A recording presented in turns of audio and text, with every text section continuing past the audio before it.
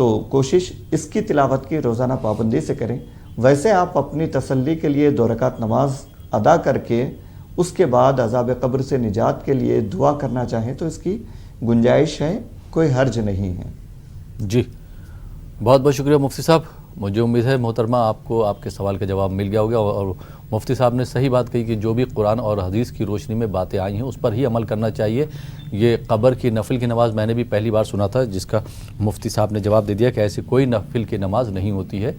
آپ جو ہے عذاب قبر سے بچنے کے لیے نفل پڑھ سکتی جیسا کہ مفتی صاحب نے فرمایا. بہت بہت شکریہ کال کرنے کے لیے. آئیے ناظرین ایک اور کالر کو شامل کرتے ہیں. جی السلام علیکم. السلام علیکم. جی بھائی کہاں سے بات کر رہے ہیں؟ السلام علیکم ورحمۃ اللہ وبرکاتہ. وعلیکم السلام ورحمۃ اللہ وبرکاتہ. جی محترم کہاں سے بات کر رہے ہیں؟ جی میں بول رہا ہوں میرٹھ سے. میرٹھ سے بات کر رہے ہیں. جی سوال پوچھیے. جی حضرت میری بیوی جو ہے اپنے گھر پہ گئی ہوئی ہے اور آنے کو تیار نہیں ہے, طلاق تک کی نوبت آ رہی ہے. کتنا وقت ہو گیا ہے بیوی کو گھر گئے ہوئے اپنے میکے؟ یہ سمجھو آپ کے قریب 1.5 سال کے قریب ہو جائے گا. جی 1.5 سال. جی سر. تو جواب لینے سے پہلے ایک سوال آپ سے کرنا چاہوں گا, کیا وجہ ہوگی, کیوں نہیں آنا چاہ رہی واپس وہ؟ ان کی جو ماحول ہے, ہماری جو ساس ہے, ان کا ماحول تھوڑا بہت غلط ہے, اور انہوں نے 2-3 لڑکی ہے ان کی سالی ہے میری, تو انہوں نے انہیں بھی غلط راستے کی طرف کو لا دیا ہے.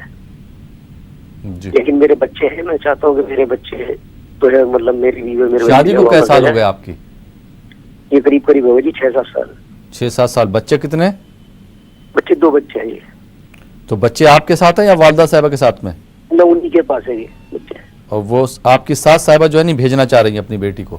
جی بالکل, اور میری بیوی کا ہی من نہیں ہے اصل میں, تو وہ اگر چاہے تو پھر تو 7 دن روکنے کی.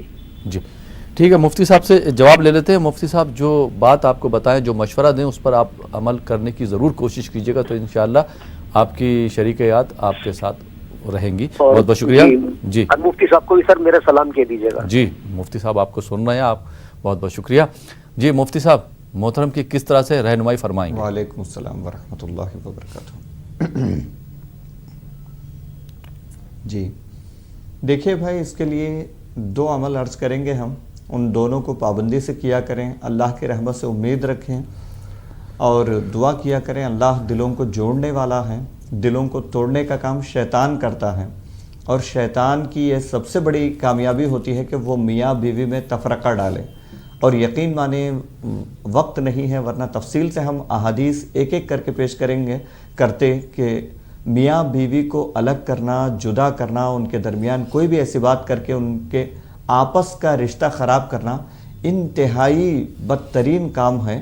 اور اس کے حوالے سے اتنی وعیدیں ہیں, سننے کے بعد انسان چونک جاتا ہے کہ اتنی وعیدیں ہیں. چاہے ساس ہو, چاہے کوئی بھی ہو, کوئی بھی تیسرا شخص ہو, میاں بیوی کے درمیان جدائی کی کوشش کرے تو وہ شیطان کا بھائی ہے. ایسا کسی کو نہیں کرنا چاہیے. رہا میاں بیوی کی کوشش یہ ہونی چاہیے کہ کسی کی طرف سے غلط فہمی ہو تو دوسرے اس غلط فہمی کو دور کرنے کی کوشش کریں, اور اللہ تعالیٰ سے رجوع کر کے دعا کریں. ان معاملات میں واقعی اللہ کی طرف سے بہت بڑی رحمت ہوتی ہے اور واقعی اللہ کا کرم ہوتا ہے. یہ 2 عمل بھائی ہم عرض کرتے ہیں, آپ پورے یقین کے ساتھ پڑھیں. اللہ چاہے تو انشاءاللہ آپ کے لیے وہ رشتہ بہتر ہے, آپ کے لیے آگے کے معاملات کے لیے یہ مناسب ہے, تو ضرور وہ رشتہ انشاءاللہ آپ کے لیے ہوگا اور آپ کی اہلیہ پھر آپ کے گھر واپس آ جائیں گے.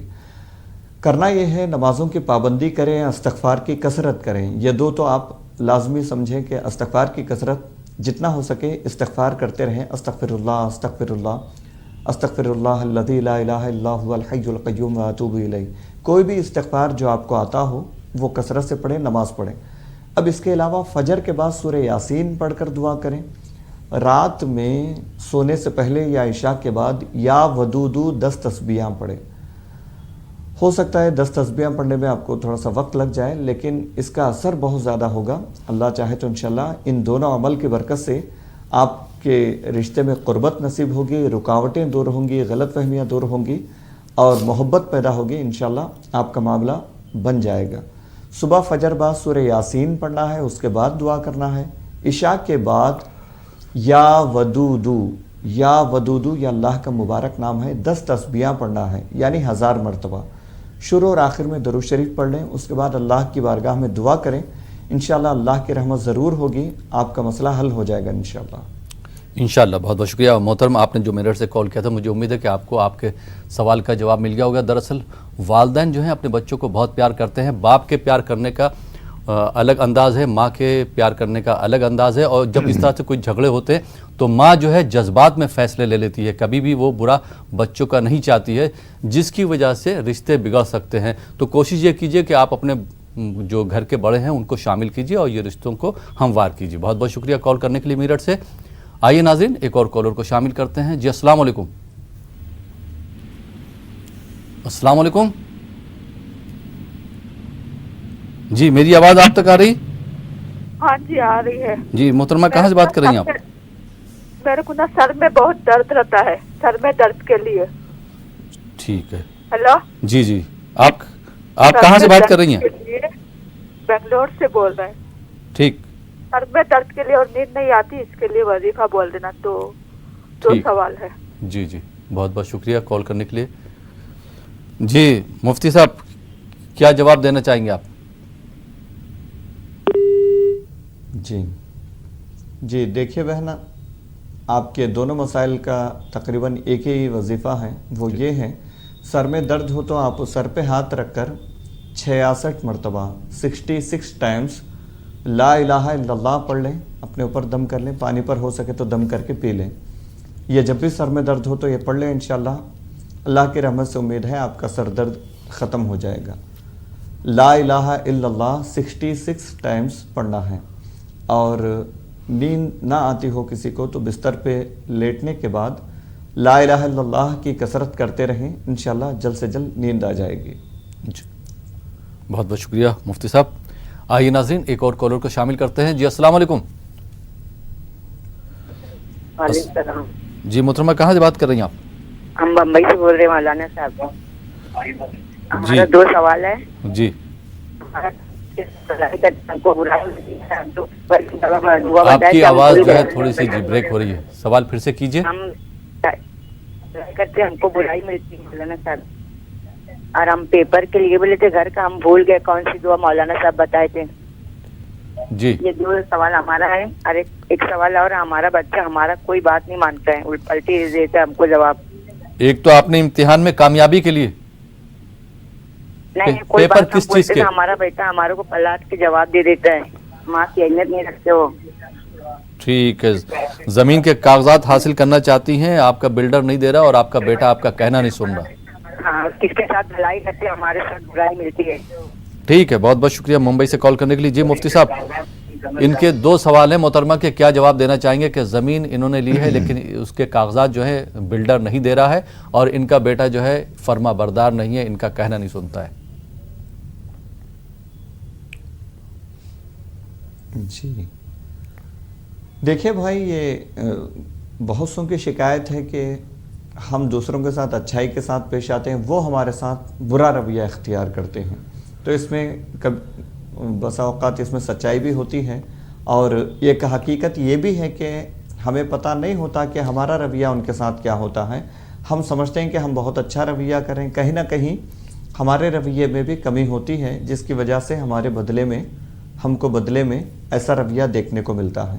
تو پہلے اپنے آپ پہ غور کریں، کوئی ایسی بات تو نہیں ہے۔ اس کے باوجود بھی اگر کوئی آپ سے برے انداز میں پیش آتا ہے تو یاد رکھیں، ہر چھوٹی سے چھوٹی تکلیف، ہر بڑی سے بڑی تکلیف اس کے بدلے مومن کے لیے اجر ہے۔ تو آپ اللہ کی ذات پر بھروسہ رکھیں، اس کا بدلہ آپ کو وہ نیکی ہے، اس کا بدلہ آپ کو دنیا میں بھی ملے گا، آخرت میں بھی ملے گا۔ اس کو صبر سے آپ برداشت کر لیں اور اللہ پر معاملے کو چھوڑ دیں کہ اللہ تعالیٰ اس کا بہتر سے بہتر بدلہ آپ کو یہاں بھی عطا کرے گا، آخرت میں بھی عطا کرے گا۔ آپ نے کہا کہ آپ کے زمینی کاغذات آپ کو نہیں ملے، اس کے لیے کافی پریشانی ہو رہی ہے۔ آپ روزانہ فجر کے بعد حسبنا اللہ و نعم الوکیل 100 مرتبہ پڑھیں۔ حسبنا اللہ و نعم الوکیل، یہ 100 مرتبہ پڑھ کر شروع اور آخر میں 3 مرتبہ درود شریف پڑھ لیں، اللہ کی بارگاہ میں دعا کریں، انشاءاللہ تعالی آپ کا وہ کام بن جائے گا۔ اور دوسرا آپ نے کہا کہ آپ کا لڑکا آپ کی بات نہیں مانتا۔ جی، یہ ایک بنیادی چیز ہمیں یاد رکھنی چاہیے کہ ہم بچوں کی دینی تربیت کریں گے جیسے آپ بزنس میں کہتے ہو کہ جو انویسٹ کرو گے وہ ریٹرن ملے گا، ویسے ہی آپ بچوں کو جیسی تربیت دو گے آگے چل کر وہی چیز آپ کو واپس ملنے والی ہے۔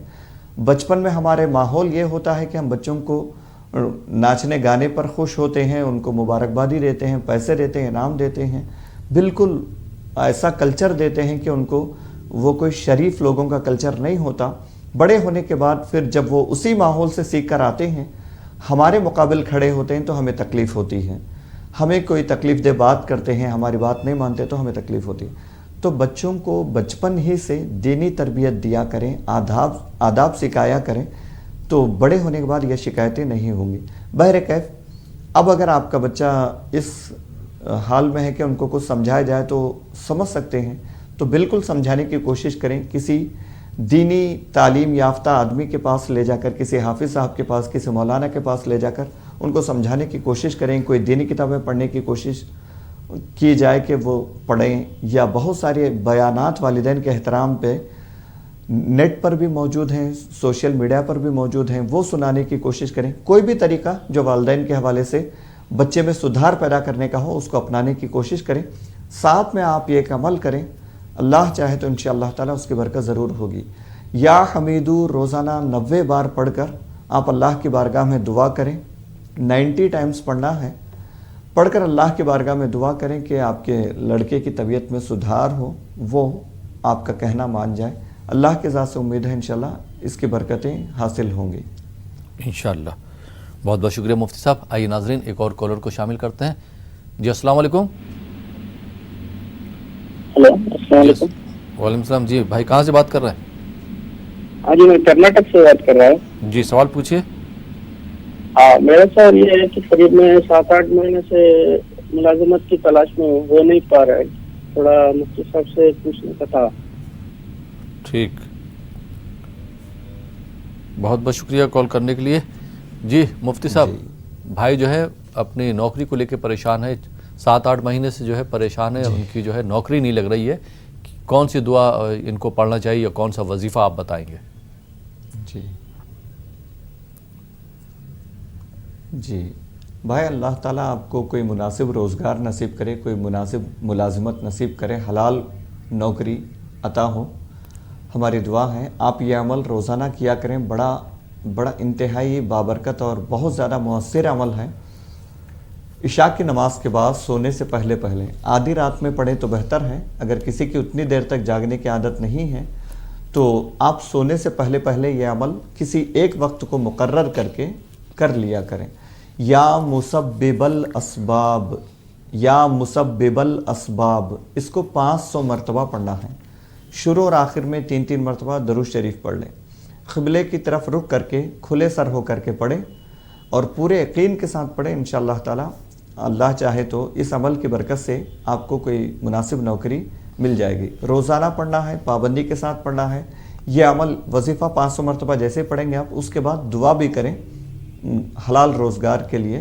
انشاءاللہ اللہ کی رحمت سے امید ہے آپ کے راستے کی رکاوٹیں دور ہو جائیں گی، ضرور بھی ضرور جلد سے جلد آپ کو کوئی مناسب نوکری مل جائے گی۔ جی انشاءاللہ، بہت بہت شکریہ مفتی صاحب۔ آئیے ناظرین ایک اور کالر کو شامل کرتے ہیں، دیکھتے ہیں یہ کالر کہاں سے، ان کا کیا سوال ہے۔ جی السلام علیکم۔ السلام علیکم۔ جی وعلیکم السلام۔ جی محترمہ کہاں سے بات کر رہی ہیں آپ؟ ہم بلاری سے بات کر رہے ہیں۔ جی سوال پوچھیے۔ ایک ہم زمین لے رہے ہیں، زمین۔ جی ہلو، ہاں ٹی وی کی آواز بند کر دیجیے، سوال پوچھیے اپنا۔ ہاں ہم زمین لیا ہے ایک سال ہو گیا ہے، لیکن وہاں پہ جو بھی کام ہم اسٹارٹ کرنے جاتے ہیں لیکن رک جاتا ہے، تو ہم اس لیے کیا کرنا چاہیے؟ ٹھیک، بہت بہت شکریہ کال کرنے کے لیے۔ جی مفتی صاحب کس طرح سے بہن کی رہنمائی فرمائیں گے آپ؟ جی دیکھیے بہن، آپ کے کاموں میں رکاوٹ اگر ہے تو آپ اللہ کی طرف متوجہ ہوں، اور یہ ایک بہت بڑی پریشانی ہے کہ ہم اکثر اپنے مسائل میں اللہ کی طرف رجوع نہیں کرتے اور باقی سارے کام کر ڈالتے ہیں۔ تو اللہ کی طرف متوجہ ہو کر کے آپ اللہ کی بارگاہ میں اپنے مسائل کو رکھیں، دعا کریں، انشاءاللہ تعالیٰ وہ راستے بنانے والا ہے اور مسائل کو حل فرمانے والا ہے۔ تو آپ اللہ سے دعا کیا کریں. ایک وظیفہ ہم عرض کرتے ہیں وہ کریں, پابندی کے ساتھ کریں, اس کے بعد دعا کریں. اللہ کی رحمت سے امید ہے آپ کا مسئلہ حل ہو جائے گا. روزانہ فجر کی نماز کے بعد لا حول ولا قوت الا باللہ العلی العظیم یہ پڑھ کر دعا کریں آپ اللہ کی بارگاہ میں. انشاءاللہ آپ کی رکاوٹیں ختم ہو جائیں گی, آپ کا کام بن جائے گا انشاءاللہ. شروع اور آخر میں 3 مرتبہ درود شریف بھی پڑھنا ہے. لا حول ولا قوت الا باللہ العلی العظیم یہ 100 مرتبہ پڑھنا ہے. شروع اور آخر میں درود شریف پڑھ کر کے اس کے بعد دعا کریں. اس عمل کو جاری رکھیں کچھ دنوں تک, جب تک کام نہیں بن جاتا اس وقت تک اس کو جاری رکھیں. اللہ کی رحمت سے امید ہے انشاءاللہ آپ کی وہ رکاوٹیں دور ہو جائیں گی انشاءاللہ. بہت بہت شکریہ مفتی صاحب. آئیے ناظرین ایک اور کالر کو شامل کرتے ہیں. جی السلام علیکم. وعلیکم السلام. السلام علیکم. وعلیکم السلام. جی محترم کہاں سے بات کر رہے ہیں آپ؟ ہم جموں کشمیر سے بول رہے ہیں. جی سوال پوچھیے اپنا. ہمارا سوال یہ ہے کہ مسجد میں کبھی کبھی جو امام ہے اس کے اختلاف ہوتا ہے. ایک امام کو کون سی کوالٹیز ہونی چاہیے قرآن و سنت کی روشنی میں, یعنی کس طرح وہ امام کے لائق ہو اور اس کا انتخاب کیسا کیا جائے. جی اور دعاؤں سے متعلق کوئی سوال ہے آپ کا؟ ہاں, مسجد میں اتفاق کس طرح رہے, بس ہم یہ دعا ہے ہمارا. جی ٹھیک, بہت بہت شکریہ کال کرنے کے لیے. جی مفتی صاحب, محترم نے 2 سوال کیے ہیں کہ امام بننے کے لیے کیا کیا شرائط ہونا چاہیے, کس بنا پر جو ہے امام بنانا چاہیے, اور مسجد میں نفاق پیدا کرنے کے لیے کیا شرائط ہونا چاہیے. مسجد میں مطلب بھائی چارہ کس طرح سے بنا رہے اس کے لیے کیا. آخری سوال تھوڑا واضح نہیں تھا. جی جی جی جی جی ہم عرض کرتے ہیں. دیکھیے بھائی, ایک امام کے لیے جو شرائط ہیں وہ تفصیلی ہیں. مختصراً یہ کہ سب سے پہلے وہ دینی تعلیم یافتہ ہو. عام طور پہ گاؤں وغیرہ میں کوئی بھی کسی شخص نے داڑھی رکھ لی, نمازوں کی پابندی وہ کرتا ہے, اس کو آگے بڑھا دیتے ہیں. امام کے لیے کچھ چیزیں ضروری ہیں. اس میں سب سے پہلی چیز تو یہ ہے کہ تقوی, وہ گناہوں سے بچنے والا ہو, اعلانیہ گناہ کرنے والا نہ ہو, کھلم کھلا گناہوں کا ارتکاب کرنے والا نہ ہو, جیسے سود لینا, جھوٹ بولنا, غیبت کرنا, چوری کرنا, اس طرح کے اعلانیہ طور پہ کوئی گناہ کرنے والا نہ ہو, متقی پرہیزگار ہو. دوسری بڑی شرط یہ ہے کہ اس کی قرأت اچھی ہو, تلفظ اس کا عربی عبارتوں کے حوالے سے, قرآنی صورتوں کے حوالے سے اس کا تلفظ اچھا ہو, کہ وہ قرآن شریف صحیح طور پہ پڑھتا ہو, کم سے کم لہن جلی کا مرتکب نہ ہو. یعنی بڑی غلطیاں, قرأت میں ایک بڑی غلطی ہوتی ہے, ایک چھوٹی غلطی ہوتی ہے.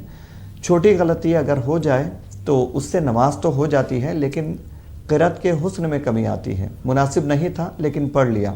بڑی غلطی وہ ہوتی ہے جس کے ہوتے ہوئے قرآن پڑھنا جائز نہیں ہوتا, یعنی وہ غلطی کرنا ناجائز ہوتا ہے. تو قرأت اس کی صحیح ہو, کم سے کم بڑی غلطیاں اس کی نہ ہوتی ہوں. تو یہ اس کا لحاظ ہو. وہ بڑی غلطیاں کیا ہیں وہ بھی میں اشارہ کر دیتا ہوں. عام طور پہ ائمہ میں یہ چیزیں پائی جاتی ہیں کہ حروف تبدیل نہ ہو. سین سواد ہے تو سواد کو سین کی طرح نہ پڑھیں, عین کو حمزہ کی طرح نہ پڑھیں, اس طرح حروف تبدیل نہ ہوتے ہوں, ایک حرف کو بڑا کرنا پڑتا ہو. اس طرح جو موٹی موٹی چیزیں ہیں قرأت کی وہ کم سے کم وہ ادا کر لیتا ہو. قرأت صحیح ہو, تلفظ صحیح ہو, تقوی پرہیزگاری ہو, نمازوں کا پابند ہو, تو ایسا شخص کم سے کم امامت کے لائق ہے. تفصیلی چیزیں تو بہت ساری ہیں, بنیادی یہ 2-3 چیزیں بھی اگر ملحوظ رہے, قرأت صحیح ہے, متقی ہے, نمازوں کا پابند ہے, اعلانیہ کوئی گناہ نہیں کرتا, تو وہ شخص امامت کر سکتا ہے. جی دوسری چیز آپ نے کہا کہ مسلمانوں میں اتحاد کیسے قائم کیا جائے. اتحاد کے لیے ہر فرد اپنی طرف سے کوشش کرے. میری وجہ سے جماعت میں, مسلمانوں میں آپس میں کوئی ایسی بات نہ ہو جائے کہ ان میں انتشار پھیلے. تو ہر فرد اپنی ذمہ داری سمجھتے ہوئے بھائی چارے کو قائم رکھنا چاہے تو وہ ہو سکتا ہے. ورنہ کچھ لوگوں کی طرف سے کوشش ہو رہی ہے اتحاد کی, کچھ لوگ پھوٹ ڈالنے کی کوشش کریں تو پھر وہ کوششیں کامیاب نہیں ہوتی. تو ہر فرد معاشرے کا یہ سمجھیں میں بھی ایک ذمہ دار ہوں, میری بھی یہ ذمہ داری بنتی ہے کہ میں اتحاد کے لیے کوشش کروں. یہ ہر ایک کی ذمہ داری ہے, واقعی کوشش کرنی چاہیے. اور ایسی باتیں جو اختلاف اور انتشار کو بڑھاوا دیں ان سے بچنا چاہیے. جی بہت بہت شکریہ مفتی صاحب. آئیے ناظرین ایک اور کالر کو شامل کرتے ہیں. جی السلام علیکم. وعلیکم السلام. جی محترمہ کہاں سے بات کر رہی ہیں ہم چک منگلور سے. جی سوال پوچھیے. بہت برین ٹیومر آپریشن ہے مجھے. کائے کا آپریشن ہے؟ برین ٹیومر سر میں گھانٹی ہے. جی سر میں گھانٹی ہے ٹیومر. جی اور 13 کو آپریشن ہے. جی نماز پڑھتے رہے تو کنفیوز ہوتا ہے بہت. دعائیں پڑھتے رہے تو بھلا جاتا پاؤں میں. ٹھیک بہت بہت شکریہ کال کرنے کے لیے. مفتی صاحب یہ ٹیومر کے اوپر انہوں نے سوال پوچھا ہے کہ ان کا جو ہے برین ٹیومر ہے ان کو اور آپریشن جو ہے 13 جنوری کو ہے. مختصر دعا کوئی ہو تو بتا دیں جلدی سے. جی دیکھیے بہن آپ ایک عمل عرض کرتے ہیں اس کو پابندی سے کریں. آپ کا آپریشن بھی آسانی سے ہو جائے گا انشاءاللہ اور آپ کی وہ جو بھولنے کی بیماری ہے وہ بھی ختم ہو جائے گی. آپ کو کرنا یہ ہے 786 مرتبہ بسم اللہ الرحمن الرحیم یا سلام، بسم اللہ الرحمن الرحیم یا سلام. یہ روزانہ 786 مرتبہ پڑھنا ہے. فجر کے بعد پڑھے تو بہتر ہے ورنہ کوئی ایک وقت مقرر کر کے آپ اس کو پابندی کے ساتھ پڑھیں. آپریشن بھی آسان ہوگا اور آپ کی یادداشت بھی بہتر ہوگی انشاءاللہ. انشاءاللہ. بہت بہت شکریہ مفتی صاحب، آپ ہمارے اسٹوڈیو میں تشریف لائے اور آپ نے ہمارے ناظرین کی رہنمائی فرمائی. بہت بہت شکریہ. تو ناظرین یہ تھا ہمارا پروگرام دعا و دوا. فی الحال یہ پروگرام اب یہیں پہ ختم ہوتا ہے. اسی کے ساتھ اپنے میزبان احمد رائل پاشا کو اجازت دیجیے اور آپ دیکھتے رہیے نیوز 18.